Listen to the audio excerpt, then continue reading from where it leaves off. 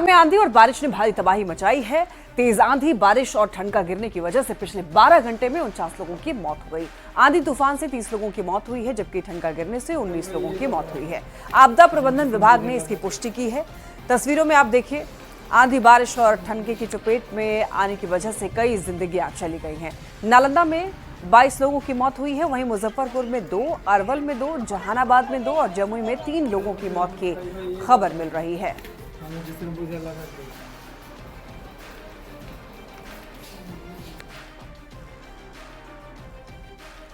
तो देखिए, बदलते मौसम की वजह से बिहार में आसमानी कहर। बिहार में ठनका और तूफान से कई लोगों की मौत हो गई है, कई लोगों की जिंदगियां चली गई हैं। इधर सीएम नीतीश कुमार ने दुख जताया है। मृतक के आश्रितों को मुआवजा देने की बात की जा रही है। 4-4 लाख रुपए मुआवजे का ऐलान किया गया है। सीएम ने लोगों से अपील की है कि खराब मौसम में सतर्क रहें, आपदा प्रबंधन के सुझाव का पालन करें। यानी कि जो आपदा प्रबंधन के तरफ से सुझाव दिए जा रहे हैं, गाइडलाइंस जारी की जा रही हैं, उसको पालन लोगों को जरूर करना चाहिए। जैसे कि आपको बारिश के दौरान क्या करना चाहिए। भारी बारिश के दौरान आप घर से बाहर ना निकलें, एकदम कोई ज़रूरी काम हो तभी आप बाहर जाएं। तालाब और जलाशय के पास जाने से बचें और वज्रपात के दौरान आप सावधान रहें। खुले आसमान के नीचे बिल्कुल भी ना रहें, किसी कोने का सहारा लें या किसी छत का सहारा लें। बिजली के उपकरण या फिर तार के संपर्क से बचें। धातु की डंडी वाले छातों का उपयोग ना करें। ऐसे कई गाइडलाइंस हैं जो कि आपको पालन करना चाहिए।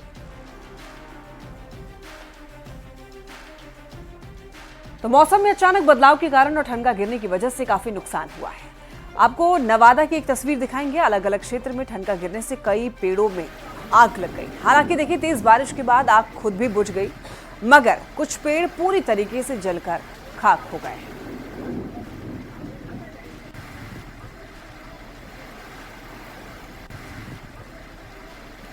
ये तस्वीर किसी, यहाँ पर देखिए पेड़ में आग लगी हुई आप देख पा रहे होंगे। ये किसी मनुष्य द्वारा लगाई हुई नहीं है, बल्कि ये ठनका गिरने की वजह से हुआ है। कई पेड़ों में आग तुरंत बुझ गई बारिश की वजह से, लेकिन कई पेड़ जलकर पूरी तरीके से राख हो गए।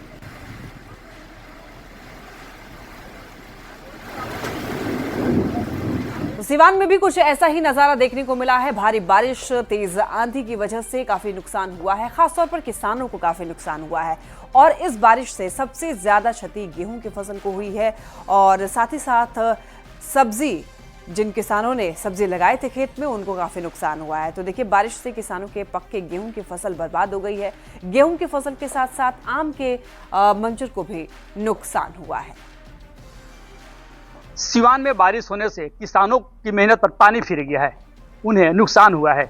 चूंकि बिन मौसम बारिश होने से किसानों के पके हुए गेहूं की फसल को नुकसान पहुंचा है। यह तस्वीर आप देख सकते हैं, सिवान की है, जहाँ कई एकड़ में गेहूं की फसल पके हुए हैं और बारिश होने से किसानों को नुकसान हुआ है। चूंकि अचानक मौसम का मिजाज बदला और सिवान जिले में अचानक झमाझम बारिश होने लगी, लिहाजा किसानों के कई एकड़ में गेहूं की फसल बर्बाद हो गया है। कुछ किसान हम जानने की कोशिश करेंगे कि कितना नुकसान हुआ है, इन लोगों कितना नुकसान हुआ है। बहुत नुकसान हुआ है किसानों को बारिश से। जो गेहूं कटा है उसको भी नुकसान हुआ है और जो लगा है वो भी पूरा गेहूं गिर गया है, जिसके चलते बहुत किसान को नुकसान हुआ है। क्या नाम है आपका? मिथिलेश सिंह। क्योंकि पके हुए गेहूं की फसल गिर गया है बारिश की वजह से, किस तरह के नुकसान हुआ है आप लोगों को? कितना नुकसान हुआ बटे? बहुत नुकसान, दामे लग होने नहीं के माल गुड़ काम केवल ना कोनो पते नहीं के हुआ। आखिर वाला बहुत देर से बुआई कर गेहूं के पक गई लगे हूं। कितना नुकसान भइल माने? बहुत सब तो नुकसान है बाबू, तो कुछ हाथ में आई नहीं, कोनो पते नहीं के होगा। क्या नाम है? गौतम। बहुत तरह का नुकसान हुआ है। आदमी किसान का खेती का थोड़ा सा नुकसान हुआ है। गेहूं के बीज दाने में कुछ असर पड़ेगा जब बारिश की वजह से? हैं? बारिश के दाने होते उसके कम होंगे? हाँ, कम होंगे। अब फूल जाएंगे तो खराब हो जाएंगे। और जो गेहूं कट गया था वो भी नुकसान है, काफी नुकसान है। काफी नुकसान है। तो ऐसे में तो बारिश नहीं होता, अचानक बारिश हुआ। अचानक बारिश होने के कारण फसल बर्बाद हुआ। क्या नाम है? धर्मेंद्र सिंह। तो ये तस्वीर आप जहां देखेंगे, जहां तक नजर आएगी, गेहूं की लहलहाती फसल है और ऐसे में इस समय जो बारिश हुआ है, पके हुए फसल जो नुकसान हुआ है, तो वही बिन मौसम बारिश से सिवान के किसान को काफी नुकसान उठाना पड़ा है। मृत्युंजय सिंह, न्यूज़ 18 सिवान।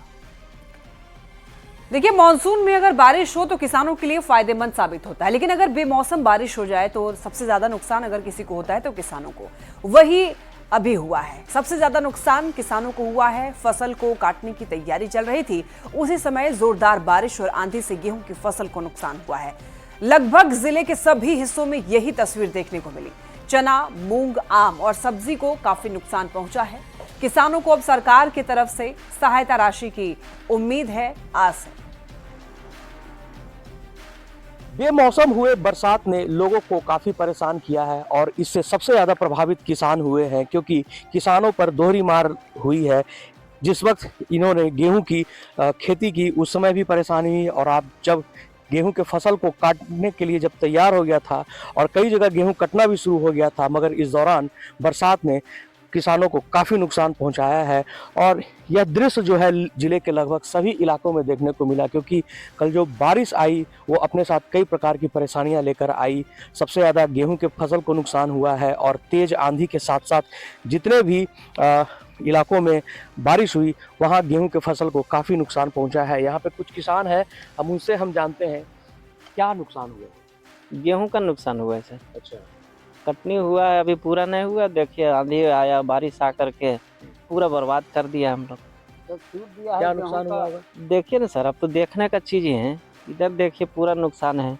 हवा आया, इतना सब उड़ा के ले गया है। अब हम लोग का डबल मेहनत हो गया इसमें। काफ़ी नुकसान हुआ। काफ़ी नुकसान है। क्या नाम है आपका? अजय कुमार। कुछ और किसान हैं, आप बताइए। मेरा नाम गुड्डू कुमार है सर। पूरा बोझा वोझा बांधल था और पूरे हम लोग काटने गाड़ी में काटने के लिए तैयारी थे। पूरा जितना सब पांजा और बोझा सब सारा उड़ गया है, कुछ भी नहीं बचा है। जरा में ना बचा तो सब पानी से पूरा भीग गया है। इसीलिए हम लोग थोड़ा सरकार से कुछ उम्मीद चाहता हूँ। के पास जो साल भर का जो मेहनत था वो सारा बर्बाद हो चुका है और अब इनके पास कुछ नहीं बचा है। गेहूं कटनी के समय भी काफ़ी परेशानी होती है और उस समय लेबर की समस्या से भी ये जूझ रहे थे, मगर इस बेमौसम बरसात ने इन किसानों को सबसे ज़्यादा परेशान किया है। अब इनकी उम्मीद सरकार के अनुदान राशि पर ही टिकी है। अनिल विशाल, न्यूज़ 18 नवादा। इधर नालंदा में भी अचानक आए तेज तूफान और बारिश ने किसानों की कमर तोड़कर रख दी है। गेहूं, प्याज, मक्का, मूंग समेत कई फसलों को नुकसान पहुंचा है और अब किसानों की उम्मीद सरकार से है। जिले में गुरुवार को आई अचानक तेज तूफान और बारिश ने किसानों पर भी कहर बरपाया है।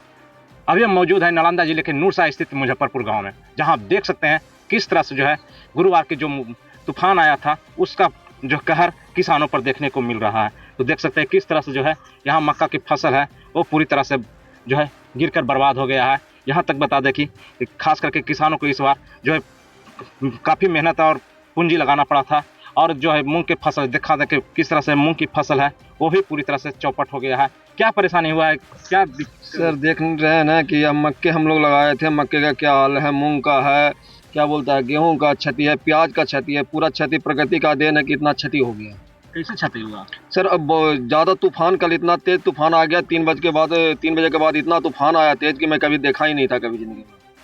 मैंने पूरा क्षति हुआ, बहुत क्षति हो गया सर, आप देख सकते हैं। तो ये मक्का कैसे हुआ इसे? सर मक्का देख सकते हैं कि इसको हम मार्केट में बेच भी नहीं सकते, अभी साचा भी नहीं हुआ इसमें। तैयार नहीं होगा? नहीं होगा सर, ये सब गाय भैंस खाएगा सर। क्या नाम है? अंजनी कुमार। यहाँ पर और है, उनसे जाने क्या परेशानी है। क्या ये अचानक तेज तूफान आया और किसानों को मौका नहीं मिल पाया कि हम क्या करें नहीं करें। यहाँ तक जो प्याज कबड़ा हुआ था वो भी भीग गया, जो खेत में की प्याज है वो भी बर्बाद हो चुका है। मक्की की फसल तो पूरी तरह बर्बाद हो गया। आप देख सकते हैं कि अभी तक साचा भी नहीं हुआ है कि ताकि इसको भुट्टा के रूप में हम बाजार में बेच सकते हैं। ये सिर्फ अब जानवर के खाने के काम में आएगा। क्या मांग एक तो पहली बात तो कि इस बार मक्का का बीज मार्केट में इतना महंगा मिला कि उपलब्ध भी नहीं हो रहा था। कैसे कैसे करके उपलब्ध हुआ और सरकार से यही मांग है कि जो भी क्षतिपूर्ति हुआ है उसका कम से कम कुछ मुआवजा मिलना चाहिए। क्या नाम है? मेरा नाम कुणाल हुआ। तो देख सकते हैं किसानों ने किस तरह से सरकार से मांग किया है कि किसानों को जो है फसल क्षतिपूर्ति भी प्रदान की जाए, क्योंकि जिस तरह से जो है महंगाई में इस बार बीज खरीदे गए थे और जो किसान अपने खेतों में लगाए थे, लेकिन जो है तेज आंधी तूफान और बारिश ने जो है किसानों के जो कहर बरपाया वो किसान काफ़ी मर्माहत हैं।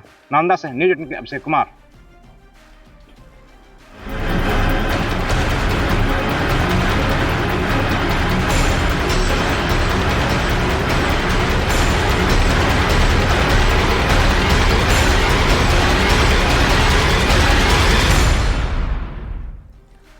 पटियाला हाउस कोर्ट ने 26/11 मुंबई हमले के आरोपी तहव्वुर राणा को 18 दिनों के लिए एनआईए की रिमांड पर भेज दिया है। और आपको बता दें कि एनआईए ने 20 दिनों की रिमांड की मांग की थी।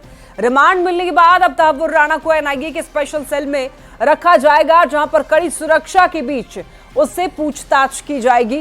तहव्वुर राणा को एक विशेष विमान के जरिए गुरुवार को अमेरिका से दिल्ली लाया गया था और अब एनआईए की कस्टडी में है। पूछताछ की जाएगी। कई सारे सवालों के जवाब तहव्वुर राणा को देना पड़ेगा। पटियाला हाउस कोर्ट ने कस्टडी में भेज दिया है तहव्वुर राणा को। हालांकि एनआईए ने 20 दिनों की कस्टडी की मांग की थी, लेकिन 18 दिनों की कस्टडी दी गई है तहव्वुर राणा की। इस वक्त में मैं केंद्रीय जांच एजेंसी एनआईए मुख्यालय के ठीक बाहर हूं। यहां देखा जा सकता है अर्धसैनिक बलों की काफ़ी संख्या में यहां पर तैनाती हुई है। तैनाती इस बात को लेकर है कि एनआईए मुख्यालय के आसपास में कोई बिना वजह कोई शख्स यहां पर ना आ सके और सुरक्षा व्यवस्था एनआईए मुख्यालय के आसपास में काफ़ी चाक चौबंद रहे। इसके लिए यहां पर पर्याप्त तौर पर यहाँ पर अर्धसैनिक बल और इसके साथ साथ दिल्ली पुलिस के जवानों की भी तैनाती की जा रही है। तो वहीं देखा जाए, अगर जांच एजेंसी एनआईए की अगर बात करें तो जांच एजेंसी एनआईए के मुख्यालय में तहव्वुर राणा से आज पूछताछ होगी। आज तकरीबन 10 से 10:30 बजे पूछताछ की प्रक्रिया जो है वो औपचारिक तौर पर स्टार्ट होगी और उसके बाद ये तहव्वुर राणा से कई तरह के सवाल जवाब किए जाएंगे। हालांकि जो पूछताछ की जो तमाम प्रक्रिया होगी वो कैमरे के सामने होगी। कैमरे के सामने उन तमाम बयानों को दर्ज किया जाएगा कि किस तरह से 26/11 मुंबई हमले को अंजाम दिया गया था और किस तरह से बाकायदा इस मामले में तहव्वुर राणा के साथ साथ हेडली और उसके साथ साथ आतंकी संगठन लश्कर से जुड़े हुए अन्य आतंकियों की भूमिका रही थी। तो इस मामले को लेकर विस्तार से उससे पूछताछ की जाएगी और पूछताछ के दौरान में कई ऐसे सवाल होंगे जो पिछले 16 सालों के दौरान में जांच एजेंसी जाना चाहती है। और निश्चित तौर पे तहव्वुर राणा का जो तमाम जो बयान है उसको कलमबंद किया जाएगा और इसके साथ साथ उसको रिकॉर्ड भी किया जाएगा। 64 साल के तहव्वुर राणा को कल अमेरिका से भारत लाया गया था। एनआईए और एनएसजी की टीम उसे लेकर पालम के टेक्निकल एयरपोर्ट पर लैंड हुई थी, जहां उसका मेडिकल चेकअप हुआ और इसके बाद उसे सीधे एनआईए हेडक्वार्टर लाया गया। इसके बाद रात करीब 10:30 बजे दिल्ली की पटियाला हाउस कोर्ट में उसे पेश किया गया। जज ने बंद कमरे में सुनवाई की और रात 2 बजे कोर्ट ने फैसला सुनाते हुए तहव्वुर राणा को 18 दिन की हिरासत में भेज दिया है। देखिए, कुछ तस्वीरें टीवी स्क्रीन पर आपको दिखा रहे हैं। 18 दिनों की रिमांड मिली है। पटियाला हाउस कोर्ट में पेशी हुई और जब तहव्वुर राणा को लाया जा रहा था कोर्ट में, उसकी तस्वीरें टीवी स्क्रीन पर आपको दिखा रहे हैं। रात के 2 बजे कोर्ट ने फैसला सुनाया है और रात के 2 बजे उस वक्त कैसी तस्वीर थी वो भी आप देखिए। यहाँ पर तमाम पुलिस फोर्स की यहाँ पर तैनाती की गई है और अभी एनआईए कार्यालय के बाहर आपको बताते चलें कि सुरक्षा जो है वो पुख्ता कर दिया गया। सुरक्षा बढ़ा दी गई है एनआईए कार्यालय की, ताकि हर तरफ जो है चौकन्ना रहा जा सके। कल ही तहव्वुर राणा भारत लाया गया था। देखिए, मुंबई आतंकी हमलों के मास्टरमाइंड तहव्वुर राणा को अमेरिका से प्रत्यर्पण के बाद में दिल्ली लाया गया है। अमित शाह ने जहां इसे मोदी सरकार की बड़ी कामयाबी बताई है, तो वहीं कांग्रेस को आतंकी तहव्वुर राणा से हमदर्दी हो रही है और उसके लिए पूरी कानूनी लड़ाई की बात कही है। इस रिपोर्ट में देखिए।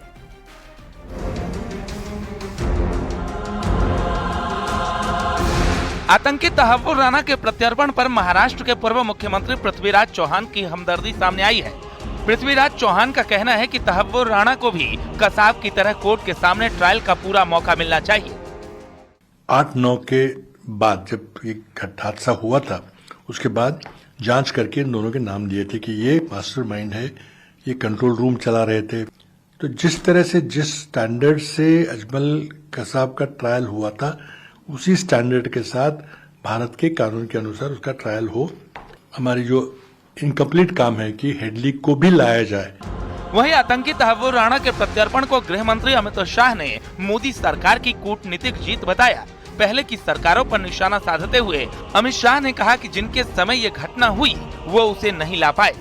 राणा की यहाँ वापिस आना ये मोदी सरकार की कूटनीति का बहुत बड़ी सफलता है जी। तो क्योंकि जिनके समय में जब बम धमाके हुए वो तो ला नहीं पाए। 26/11 के मुंबई हमले के 17 साल बाद आतंकी तहव्वुर हुसैन राणा भारत आ चुका है। आतंकवाद के खिलाफ भारत की ये सिर्फ कार्रवाई नहीं बल्कि बड़ा मैसेज भी है। Bureau report, news 18। मोतिहारी से बड़ी खबर, हॉरर किलिंग से इलाके में हड़कंप मच चुका है। लड़की के भाई ने डबल मर्डर किया, बहन और उसके प्रेमी की हत्या की। पुलिस ने आरोपी भाई को गिरफ्तार किया है। केसरिया थाना क्षेत्र के त्रिलोकवा का यह मामला बताया जा रहा है, जहां पर लड़की के भाई ने डबल मर्डर को अंजाम दिया है, बहन और उसकी प्रेमी की हत्या कर डाली है। अब पुलिस ने आरोपी भाई को गिरफ्तार कर लिया है।